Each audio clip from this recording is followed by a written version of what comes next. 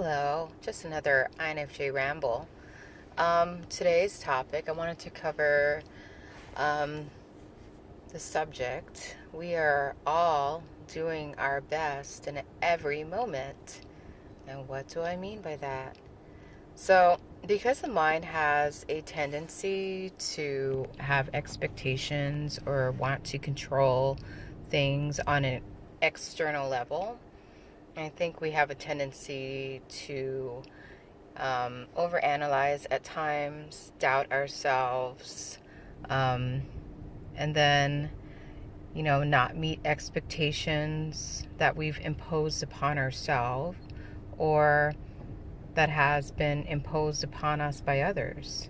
So when we don't meet these expectations or we have no sense of control of external events that happen in our life, we have a tendency, like I said, to doubt ourselves, to enter a state of confusion, disappointment, a lot of suffering incurs. But if you think about it, we're all just doing our best, doing the very best that we can ever do or be in any moment. And even if you falter, even if you make mistakes, even if you are at your all-time low, that is your best in that moment. And, there's always another moment to rise and become better than where you're currently at, But yeah, I was thinking about it. I was having a conversation with a coworker, and without, I guess, exposing too much details, he was in a relationship and he was wondering if he did his best to keep this relationship together. And my answer to him was yes. If you tried your best and everything that you could possibly do, even if it fell short of your expectations or your partner's expectations, that's the best you could do in that moment. And so, whether the relationship is maintained or it falls apart, I just feel like everything is in a constant state of transition, and our expectation for things to stay the same when it's meant to fall apart creates a lot of discord and dis-ease and suffering. But that's life. The only constant in life is change, and you just have to change with the change. And like, for instance, like if you're having a bad day, everything's going wrong, if you can learn to just kind of accept things as they are and move through every moment graciously,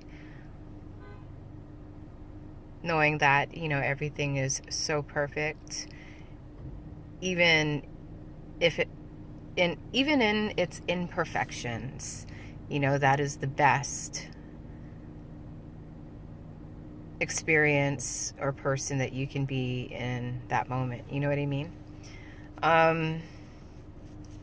What else was I going to say? Oh God, when I was younger, and actually I've been much kinder to myself lately. I've become my own best friend. But when I was younger, I was my own worst critic. I'd always crucify myself because I didn't meet my standard or my expectation, right? Or what I thought others expected of me. I'd always crucify myself. And long story short, and this is a silly little story, but this is the best example that I can give you in this moment. When I was younger, a lot of my friends' parents would push them to get really good grades, in school. And I was surrounded by people who would get, straight A's, maybe all A's, 1B. And here I am, I get a D. And so I was beating myself up because I was comparing myself to my friends and what they expected of themselves and what their parents expected of them. And I was beating myself up, and I went home, I was quite embarrassed and ashamed, and I told my mother, like, Mom, I got a D and I'm sorry, and I know, like, it's not the best, and I feel horrible about it. And she looked at me and she goes, you know what? As long as you did your best, it's all you can do in that moment. And it's okay. And she completely accepted me and what I accomplished, even if it was a D. She never made me feel bad about myself. She kept encouraging me, and she made me feel safe, and she made me feel loved. And I feel like that is the best type of relationship you can have, not only with others, but with yourself. If you can, you know, put everything aside and just acknowledge that, it's okay and you did your very best and that's all you can do. Even if your best did not meet your standards or expectations or the standards of, or expectations of others. And, I feel like mistakes are such a valuable things, like if you don't make mistakes, if you don't fall down, how can you like build that muscle to keep going and keep moving forward? You know what I mean? Like, mistakes actually show you ways that work or don't work, or it helps you build muscles. You know what I mean?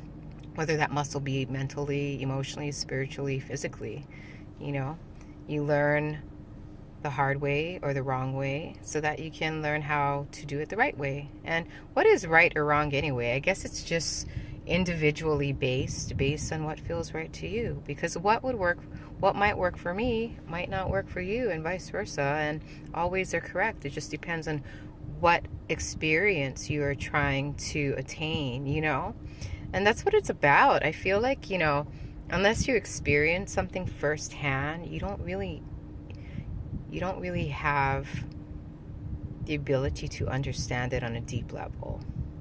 So you can read books all you want. Yeah, that helps. For me anyway, the books that I choose to read help me to expand my mind. So on a mental level, it helps me work that mental muscle.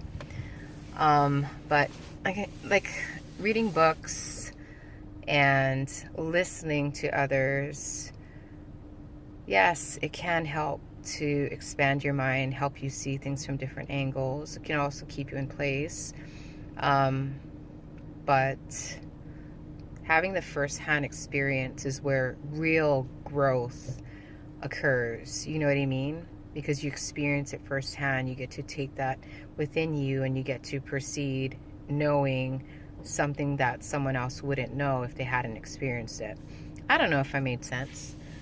I feel like this recording was super duper confusing, but that's what I wanted to say. So if you learned something, that's great. If you didn't learn anything, that's great too.